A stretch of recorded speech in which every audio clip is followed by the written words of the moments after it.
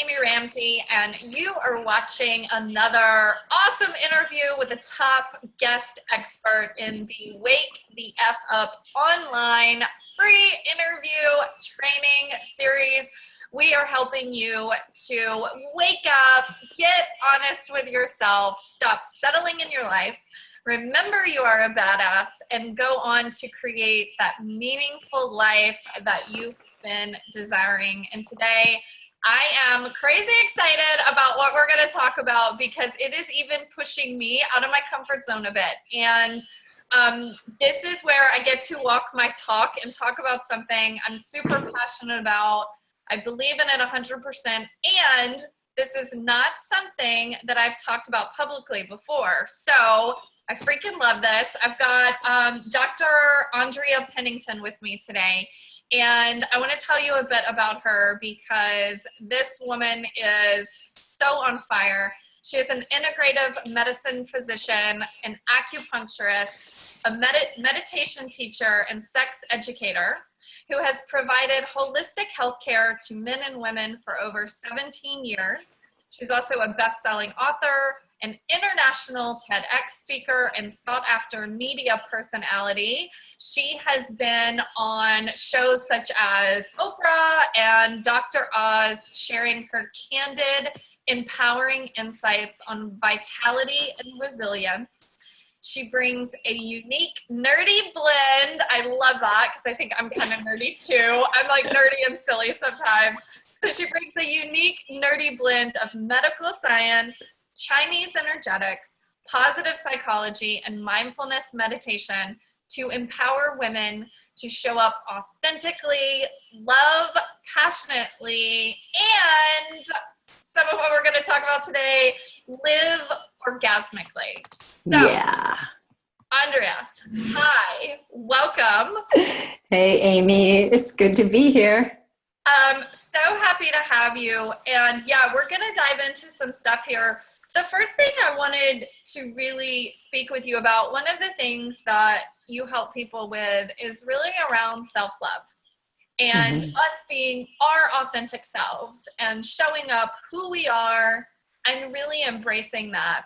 And there's a conversation that a lot of my friends have had, my clients have had, people in my community have had around, yes, I want to be better. Yes, I want to be, go for the goal. I want to get out of my comfort zone. I want to do all these things. But, when am I going to be good enough? Am I not good enough now? Do I have to keep working at this? Do I have to keep growing and stretching and I'm tired of it? So what I'm curious, and this is a hell of a question to dive into first. I'm really curious about this push and pull between we are perfect as we are right now, and we still get to lean into, grow into, stretch into our best selves. How do we deal with the duality of that? Well, it's just first and foremost recognizing the duality. And I would start it off by saying, who are you? Who do you say you are? Who do you know yourself to be? Because that's really the beginning of the duality. So am I human, meaning I'm this ego, this flesh encapsulated ego over here, this personality, or am I a being? Am I a spiritual being? On who you identify with, that's where the duality comes in. And that's where the struggle comes in. And if you believe that you are an ego, this personality that's been socialized and programmed and has nature, nurture, and environmental forces on it, chances are you might not feel like you love yourself and you might feel like you need to keep getting better. But I would just take a different tack and say, who am I really? Without the name, without the religion, without even the gender, skin color, all of that, who are you? Because at your core, you are a soul or a spiritual being, however you want to define it. You are, as I say, a drop of consciousness, and you have incarnated, come to this planet in this earth suit to live out your soul's purpose. So if you identify with being a soul and you recognize that you are just an offshoot of the divine, you are perfect, whole, and complete. You don't need no fixing. If you identify with your name, your age, your rank, then you're always going to feel like I'm less than other people. As soon as you start judging yourself against these external factors, you'll never be what they are, because we're all unique. And you'll always feel like, oh, well, I need to have a little more of this or a little more of that. But when you can go within and recognize, you know what, beyond all that stuff, who I am is the consciousness that animates this body, this being. And so that's really the beginning of the duality. And yes, we have this push and this pull because that's the way the game is played. We human organism. And that's what our mind and our ego believes. Our ego believes, no, this is me. That's me. And all the things I heard in childhood, like good girls don't do that, and nice boys don't do that. And if you want to be, successful, you do this and this and this. So that's just a game that we bought into when we came to the planet. But the whole game of life is really about remembering who you really are. And that's why I love what you're talking about. Like, wake the F up. Wake up. You are a divine being, and you don't have to go on any self-improvement stuff.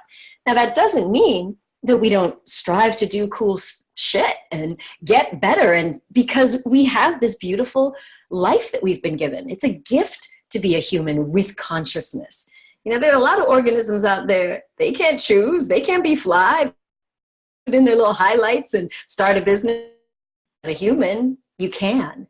And when you recognize, wow, okay, yeah, maybe I do want to learn a new language or start a new business or become a public speaker or whatever, that's a gift. But it's taken from the tack of, I am a divine soul and I have these passions that I want to live out. I have this human element and I'm going to work on it and become great. But that doesn't mean it's a reflection of who I am. I know that was a long-winded intro, but at least we've set the tone.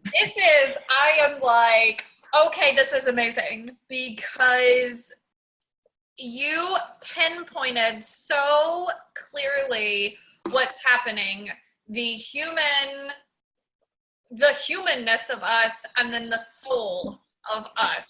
That was just such a clear way to pinpoint that. And I think so. What I'm hearing in this that also might help those watching is, instead of coming from a place of I need to fix something that is wrong with me, or I am broken, or I don't like this thing, or coming from this place of like where we maybe beating ourselves up for how we're showing up and going into personal growth or stretching, getting out of our comfort zone, going into it that versus going into it from a place of, okay, I am a soul with a purpose. I am whole as I am.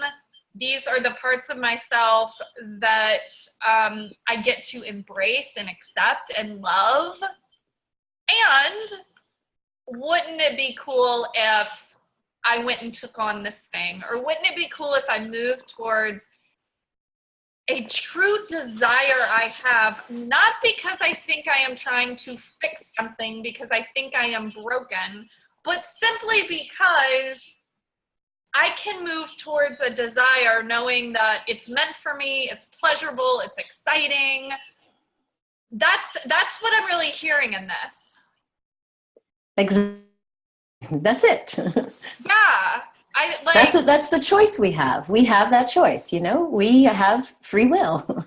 We can decide. Yeah. Because I think sometimes a lot of people, being a coach, and I know there's a lot of people watching who maybe want to be a coach, all the work you've done. I think sometimes I notice where our egos will be triggered, where our response will be, well, why are you trying to fix me? Or I don't need fixing, or and that's kind of how the resistance is showing up. And it's like, no, that's not what it is at all. This is choice. It's such a more empowered place. They look at it from I am a victim of life.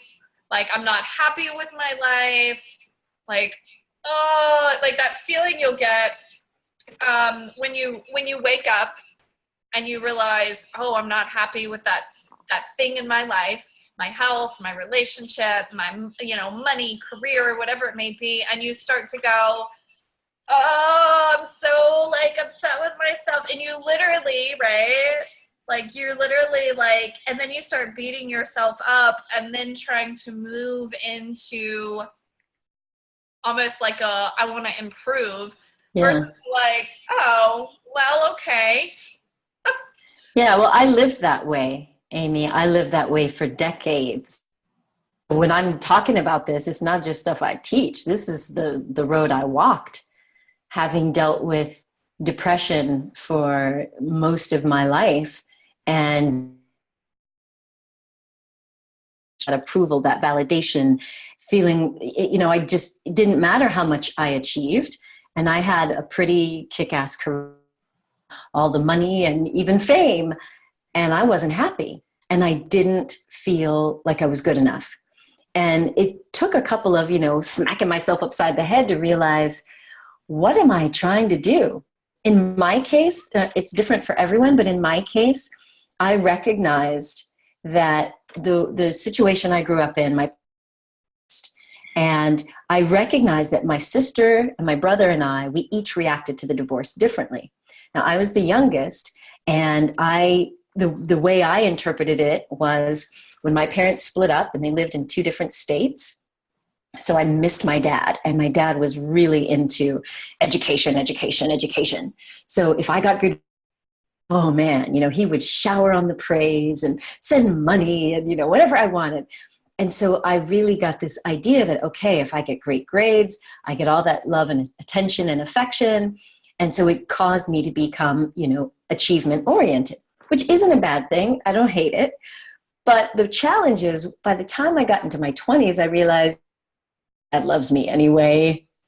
Doesn't matter about the grades. But by that point, it was ingrained in my psyche that I found myself, it wasn't until my mid 30s that I finally realized I'm on this quest for achieving more and having more degrees and proving that I'm smart enough and I'm good enough.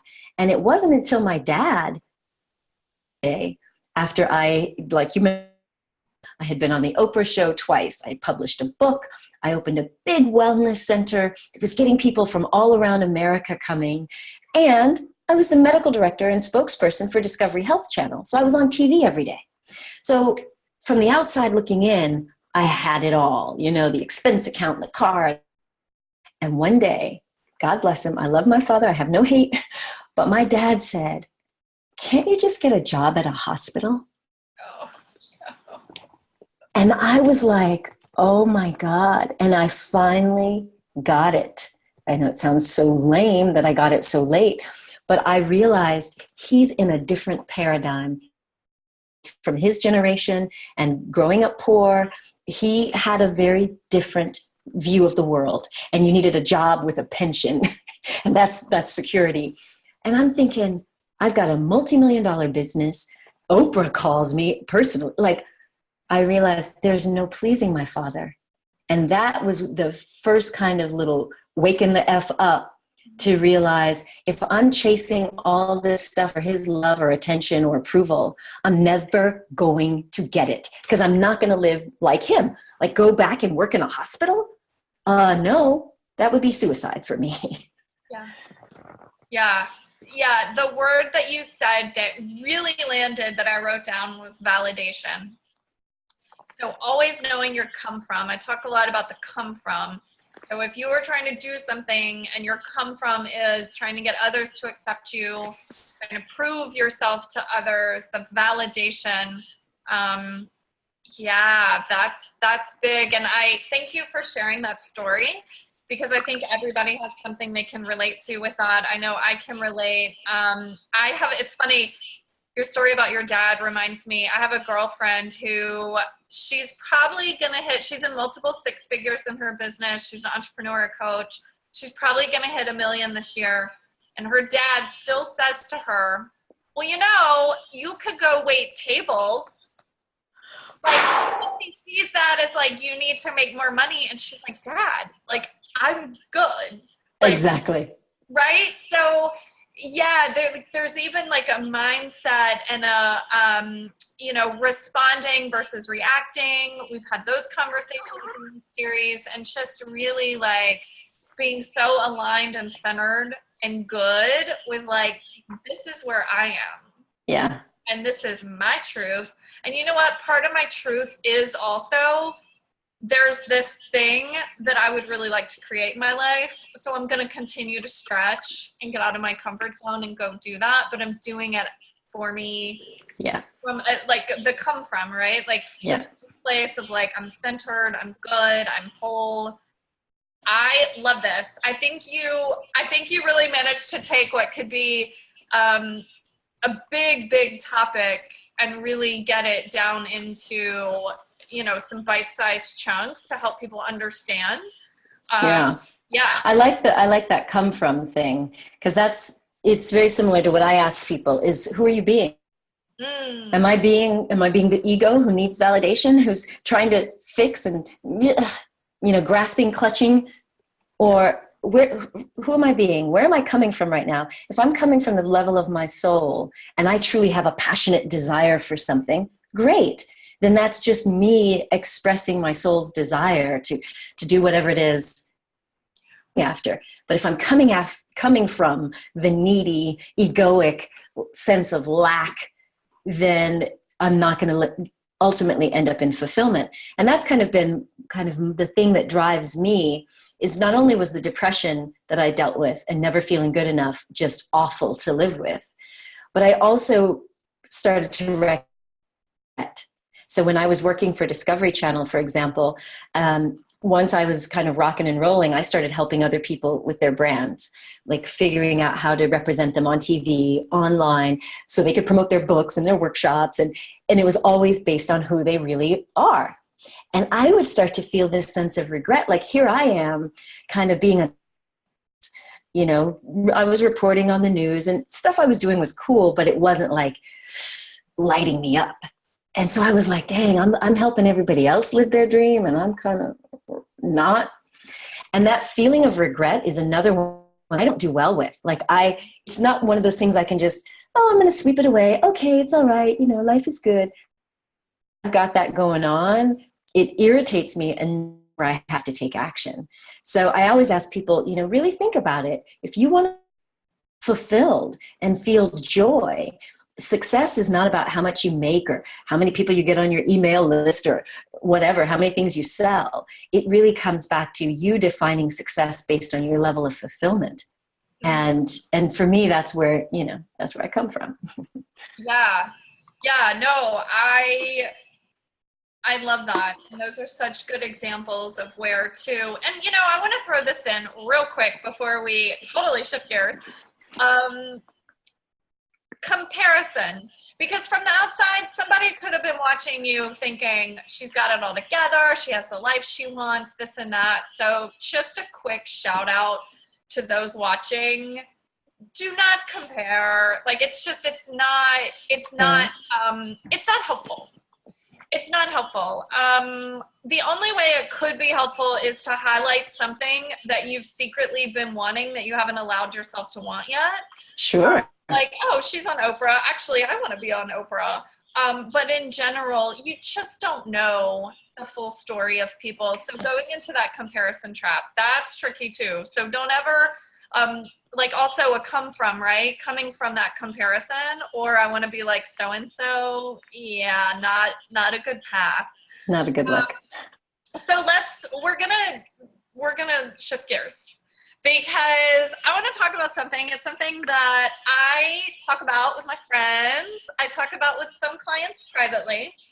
I have not yet really talked about it publicly or on a scale like this with you, the viewer at home. So I'm excited because one of the things I said to Andrea was, I get to walk my talk and stretch a bit and get out of my comfort zone and share some of my thoughts on this topic. So we're going to talk about orgasms. We're going to talk about sex and why does it matter? What does it have to do with success? What does it have to do with this summit? Like, we're gonna dive in, because truly one of the first things I do with my clients is help them reconnect with their bodies.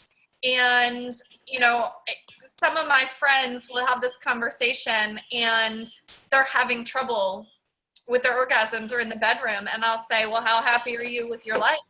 How happy are you with this or that or everything? So it's all tied together, you guys. It's all tied together. So why don't you just do like a brief kind of intro around this idea and why it is so important, especially for women, to be paying attention to what is going on for them sexually and when it comes to having orgasms.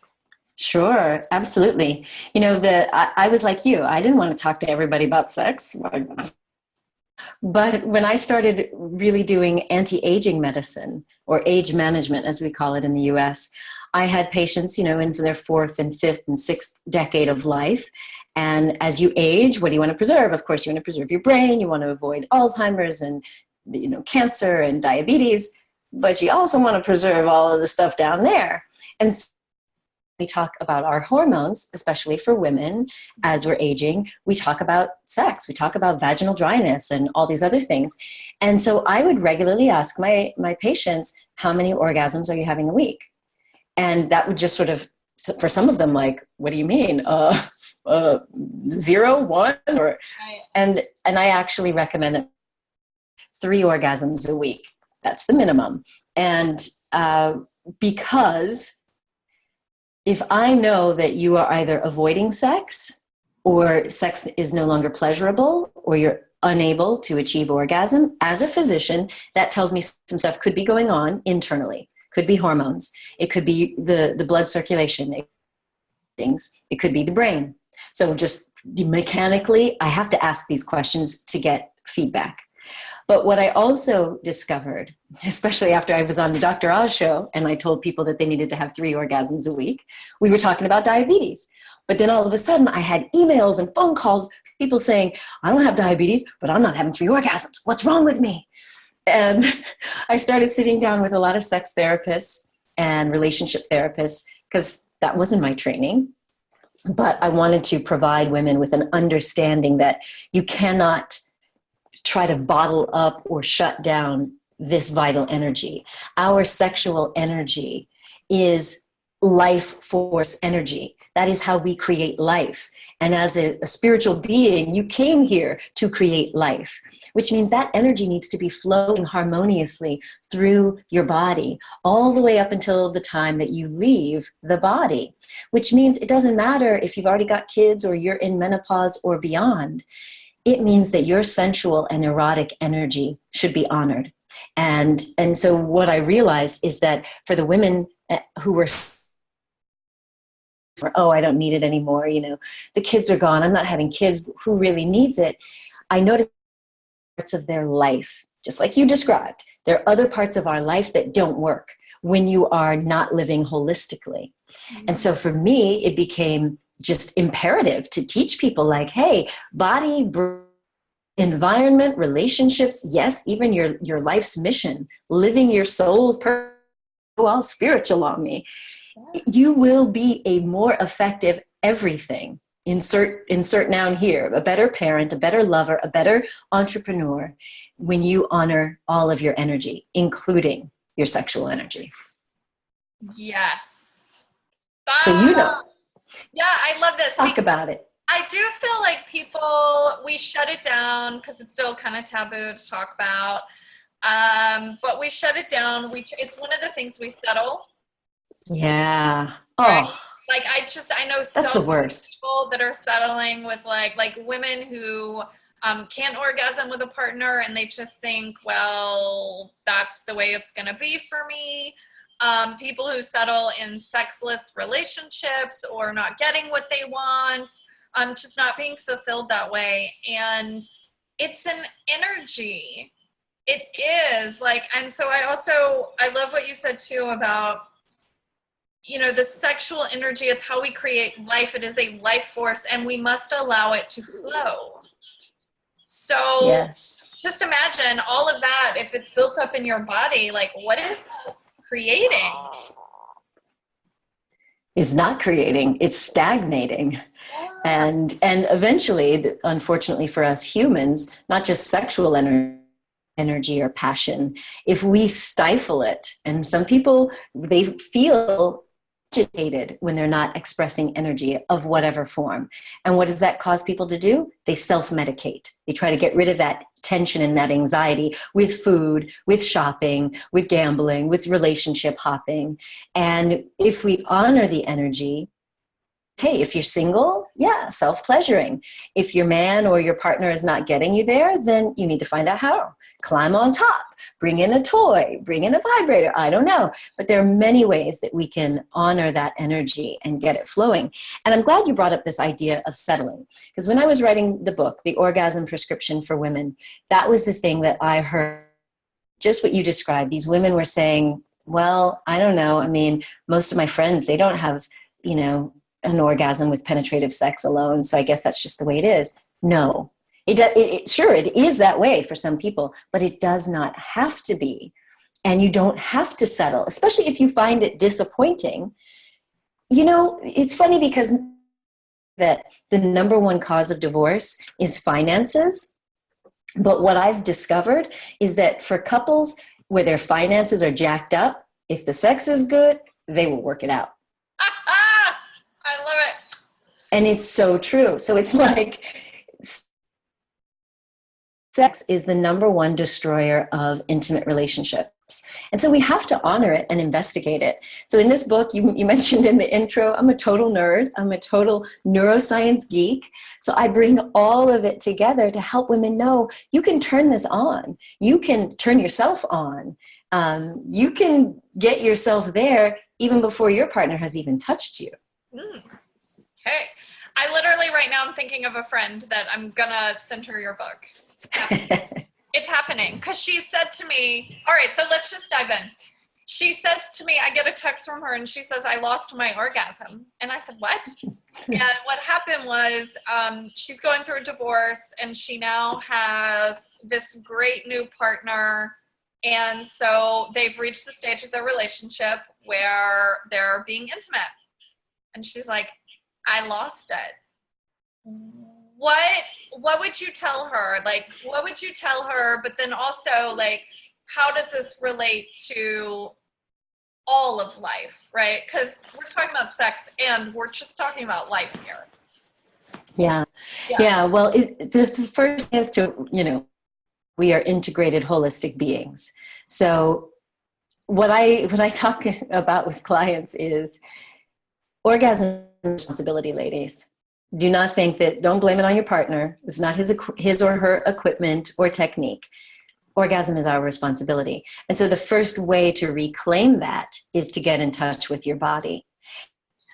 The number one thing to realize is that orgasm happens in the brain. Like, people think it happens in the genitals. It doesn't.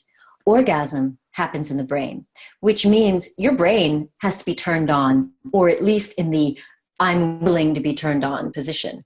So we talked about self-love. If you're sitting here thinking, oh, I'm not worthy. What is he thinking of my body? If you're in that sort of conundrum, that puts the brain into stress mode, which turns down all the sexy stuff, which means you're not going to get that flood of chemicals, heightens arousal. You're not going to get the blood flow to your lady parts that helps you, amp up pleasure to the point of orgasm. So the first thing is to check, do I believe that I deserve pleasure as just a being on the planet? Not male, not female. Do I deserve pleasure? Earn pleasure. Like, this is the thing for women. They feel like, well, the house is a mess. I don't have any right to just lay back and get done. Yes, you do. Yes, you do, girlfriend. Yes, you do. And you're going to be much nicer to the kids and everybody else and cleaning the house when you've had yours. It's really the mindset. And then the second thing is tuning into your body. You know this as a coach, as an entrepreneur. We stay in our heads, and women, we stay in our heads. If you've got kids, if you are a multitasker, unfortunately, you are cut off. And when you're cut off body, the brain may, get a little sexy text message, or your lover kind of looks at you and you're just like, huh? The brain will not register that as pleasure. which means, again, you're not going to get that little flood of chemicals and the flood of flow to the lady parts. So yeah, you're not going to find sex pleasurable. So you have to get back in tune with your body. Everything to become a sensual experience. I don't mean erotic, I mean sensual. Turn on your senses. What does it feel like when you sit down to have a cup of tea or a cup of coffee? Actually be present, savor it, smell it, feel the cup, feel it going down your throat, so that you can remind yourself, oh yeah, the body that has pleasurable, neurons everywhere, and you can pick up on it. So these are the kinds of things that I've woven into the book and I teach everywhere, because it seems like it's common sense, but in our modern busy life and society, it's not. Yeah. Yeah. For me, one of the things that has totally changed my life and my clients is this idea of just being centered. And it's really what you're talking about with like sensual and having it all work together. And I want to highlight one thing before we wrap up here, because you said orgasms are our responsibility. And here is one of the hardest lessons to learn in life, is we are responsible for our entire experience. Yes. We are not victims to life. It's not happening to us. It's happening for us. And on some level, we created everything that is going on. And you know what? Sometimes that really sucks when there's that thing that's not working and you want it to change. And then you realize, oh, like I somehow created this. But then what happens is you get to move into empowerment by being like, you know what? Yes. This is my responsibility. So I get to figure out, like, how fun that I get to figure out how to maybe orgasm with my partner. And hello, if it's a man, like that man is going to be ecstatic that he's also there for that and able to help you with that once you figure that out. I mean, this is just like, this is so good.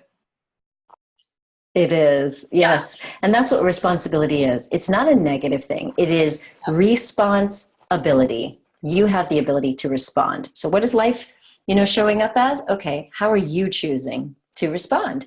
And by an empowered stance, rather than like waiting for someone to get you off or waiting to be turned on. Honey, the thing that I really love sharing is, a lot of people are into Tantra.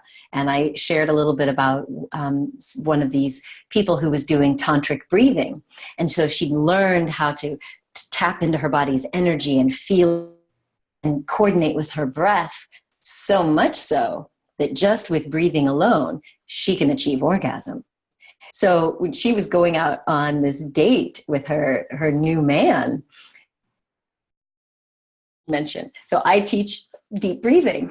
Well, she started doing the breathing to kind of lower her stress response. It's like, oh my God, we're going back to my place. I wonder if it's going to happen. So she's doing like the meditative breathing, but she had been so far doing all of this tantric breathing that it was getting her more and more worked up. She literally had an orgasm in the car. The partner hadn't even touched her, and he's just kind of like, whoa, I want some. So it is empowering to know that we can have the most juicy orgasmic life, and it spills over into everything that we do. Yes. Perfect sentence to wrap up with. Just like all of these interviews, I wish we had another 3 hours to totally know about this topic, but I appreciate it so much. I appreciate the stand you are for women, for talking about it, for going there, for sharing everything that you do. So one of the things, I've got an idea for this. I'm curious to hear what you say. One of the things we've been doing is giving people stretches, something they can go do today to just get them a little bit out of their comfort zone. So what stretch would you give the audience today? I would probably start off with the basic pleasuring.